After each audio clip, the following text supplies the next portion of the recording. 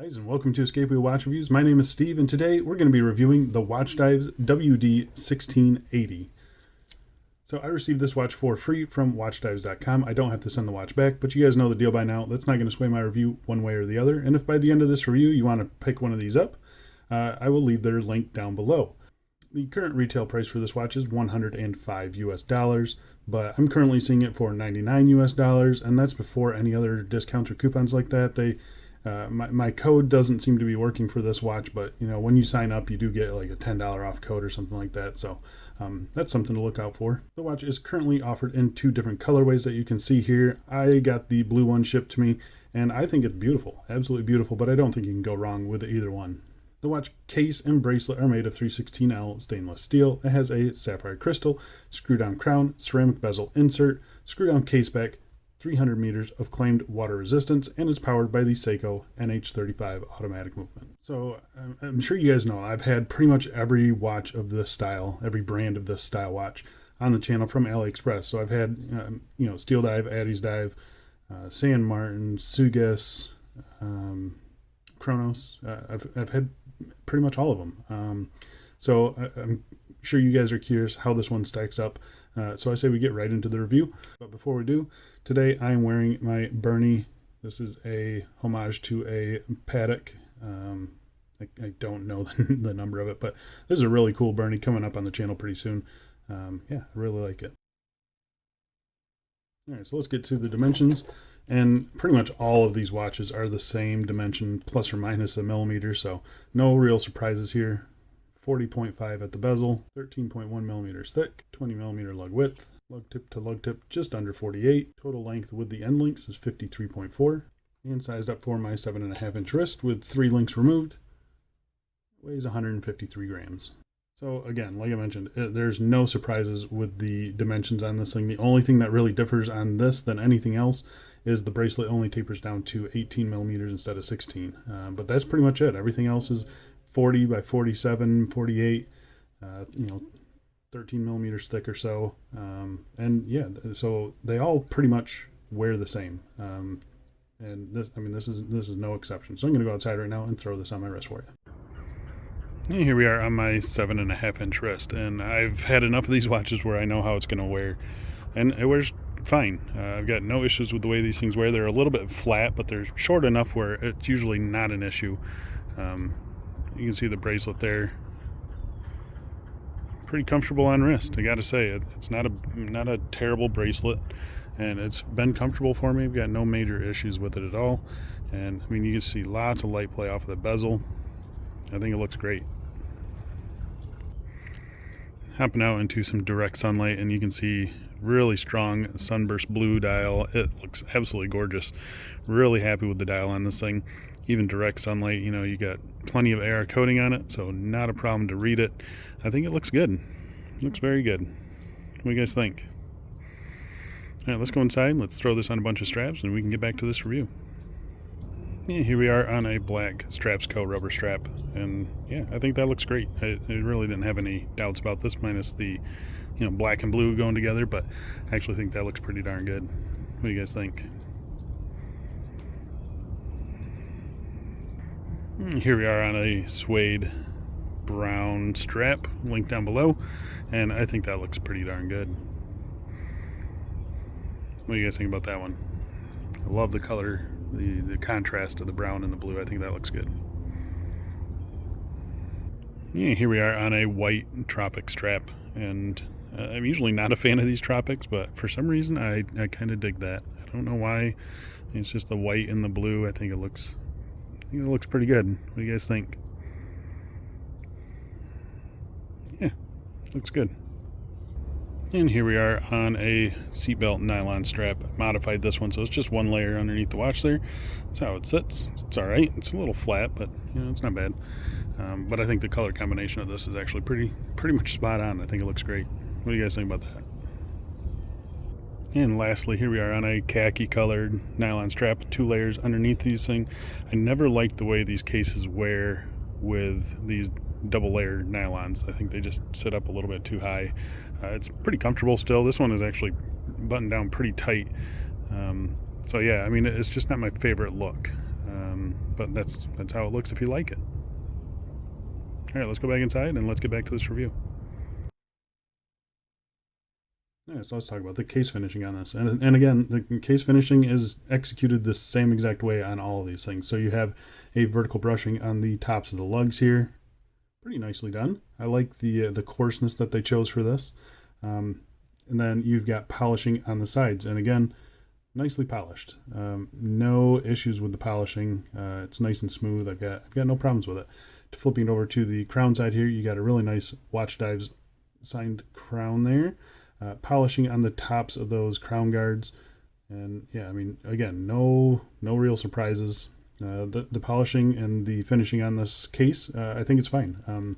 Pretty sure this is using the same exact case as the Steel Dive is, so no surprise. I'm pretty sure this watch in general is just a Steel Dive, rebranded Steel Dive sub. So yeah, that's what you guys can kind of expect. So flipping it over to the case back here, and you can see here you've got circular brushing on the bottom of the lugs, sterile case back, mixture of brush and polish surfaces. It's kind of got that coin edge case back, which I absolutely despise. I hate those case backs, but this is what you expect on a watch like this, sadly.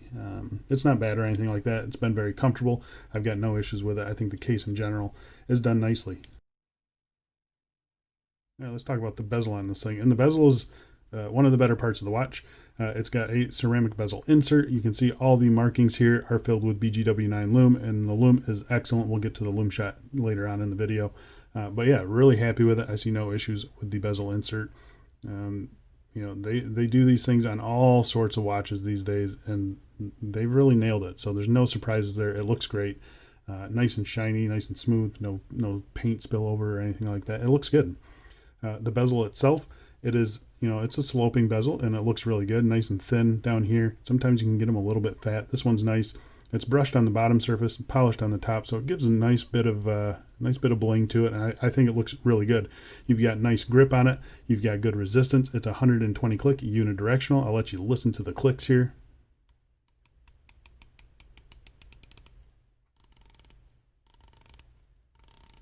Nice even resistance all the way around. I mean, I've got no issues with the bezel. Alignment, spot on. Yeah, very happy with this watch. The bezel, it's great. It could feel a little, or sound, I guess, sound a little bit more solid. Definitely the San Martin feels more solid than this one does. But it's not bad by any means. I mean, it's rock solid. There's no play in it at all. No bounce, no wobble. It's great. It's a great bezel. All right, let's talk about the crystal on this thing. So first we will test it for sapphire. No question about it. Sapphire crystal. We also got a sapphire cyclops. So that's really nice to see. It's really hard to tell on this model, but it is filled with blue anti-reflective coating. You can see it right in the cyclops there. Very blue AR coating. The cyclops sits a little bit high on this one, but it's really good magnification. Yeah, pretty happy with the magnification on this one, but it definitely sits a little bit high. Other than that, though, it's pretty nice. The crystal itself, it's fine. It sits almost flush with the bezel there, and it looks really good. No issues with it. Flat AR coating. Yeah, it's one of the better crystals. Yeah, let's get close and we'll talk about the dial on this thing. And the dial is absolutely gorgeous. You can see here it almost looks purple. It's definitely not purple. It's blue. But yeah, that's just kind of the lighting playing tricks with you. But it's a nice, strong sunburst blue, glossy dial. It looks fantastic. Applied indices at all the hour markers. Even the 3 o'clock there has an applied date window, which you can see through the cyclops there. Some people like it, some people don't. I'm kind of indifferent to it. It doesn't bother me. It's mostly obstructed by the cyclops anyway. So yeah, no major issues with that. You can see the rehout on this, so the space between the dial and the glass. It's a little bit sloped, just a little bit sloped. I know some people get bothered by that, but again, it's not a big deal for me. Everything is done nicely though, nicely applied. Seems to be aligned really nicely. The lume on this thing kind of has a little bit of a creamy tone to it, but the lume is really good. We'll get to that in just a second here. Traditional style handset on this thing. No major issues with it. It looks really good. Very happy with it. Nice size, clean finishing, no fluff under the dial or anything like that. You've got your WatchDives logo though there. I'm a big fan of it. I like it more than the Steel Dive logo. And then you've got your automatic and 300 meters down here. Yeah, everything is done really good. I see no issues with the dial at all, and the lume on this thing is nutty. So I'm going to pop up a lume shot right now, and here you can see it against a couple other watches of the same style, and it definitely holds its own. It's the best one in my opinion. The fully lumed bezel, it lasts all night long. The dial lasts all night long. Nice and even application of BGW9 lume, so it's got that nice blue, tint to it. It looks great. It lasts all night long. I've got zero issues with the lume on this thing. Okay, so let's talk about the movement in this thing. And the movement has been running really good. I'm going to pop up my time grapher shot right here. You can see it's almost spot on. Runs really good. Very happy with it. Nice strong beat error as well. It's the Seiko NH35, so 21,600 beats per hour, about 40 hours of power reserve. It hacks, it hand winds, it's cheap, it's reliable. It does everything you need it to do. In a watch this price, it's perfect. No issues with it whatsoever. The movement is operated by this 3 o'clock screw down crown. Again, nicely signed, nice big crown. Almost, in my opinion, it might be too big. Maybe not too big, but if they could just drop this pocket that it sits in and drop it, flush with the bezel here, that would hide this crown a little bit better and make it not kind of stick out like a sore thumb. That's really my only visual complaint with this watch. Otherwise, it's a nice big crown, nice big and grippy. No issues with the screw out action. Nice solid pop out there. You can see it does have a gasket in there, aiding in that 300 meters of water resistance. Yeah, I'm not really sure what else to tell you. The smooth hand winding, really nice here in the first position. Second position changes your date. Everything seems to be centered pretty nicely there. I got no issues with that. And then the third position hacks your movement. And this is where you set your time. Again, everything works as it should. It's nice, solid feedback to the crown. I've got no problems with it. Hands don't jump around or anything. And yeah, it's overall very solid. The screw-in action of this crown, it's very nice, very smooth. No problems with it whatsoever. All right, so let's talk about the bracelet on this thing. So the watch head we've talked about, and the watch head is excellent. It's great. I've got no major complaints with the watch head. The bracelet though is just not good. I mean, it's not bad. I'll say that it's a decent bracelet, but I definitely have seen better. In this price range, I think even the Pagani bracelet is slightly nicer than this one. Again, it's not a deal breaker, but in my opinion, you're probably going to want to wear this on a different strap. But let's get into the bracelet. It is 20 millimeters. It tapers down to 18 millimeters at the clasp. You've got pretty nice brushing on it, as you can see there. Nice brushing on the top, polishing on the sides here. Just push pins for sizing. The clasp on this is really nice. So this is their WatchDives branded clasp. Very nice clasp. It's nice and low profile here. You got tons of micro adjusts, 6 micro adjusts there. Nice WatchDives logo. Double button pusher there. Fully milled on the inside. It's great. I've got no problems with the clasp on this thing. It's actually one of my favorite clasps.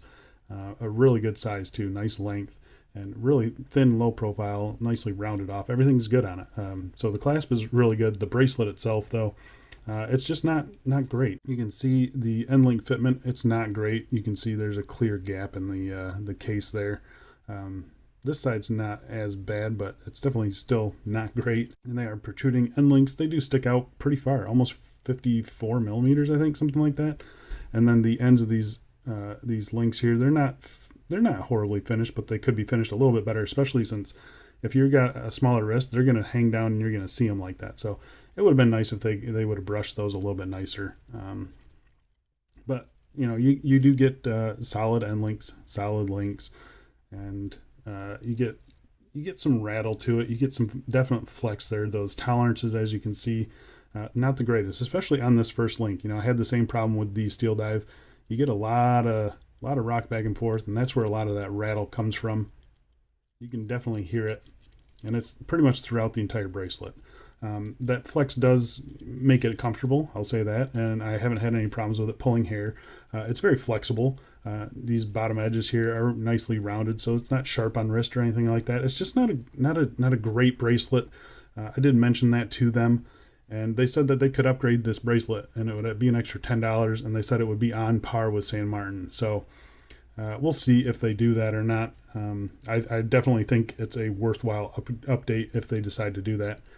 As it is right now, it reminds me a lot of the Steel Dive, and without I guess the advantage of this one would be the clasp, because everything else seems pretty much the same to me.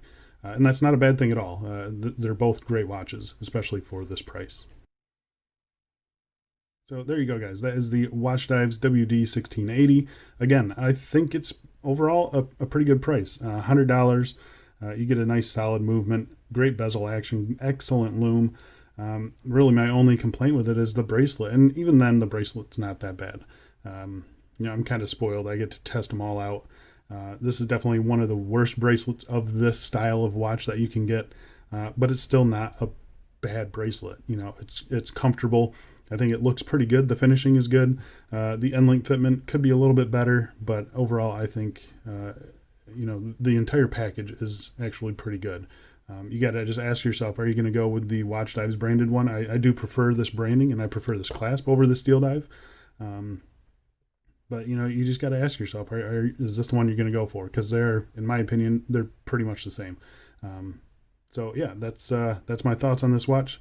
Thanks a lot for watching, guys, and I'll see you in the next one. See ya.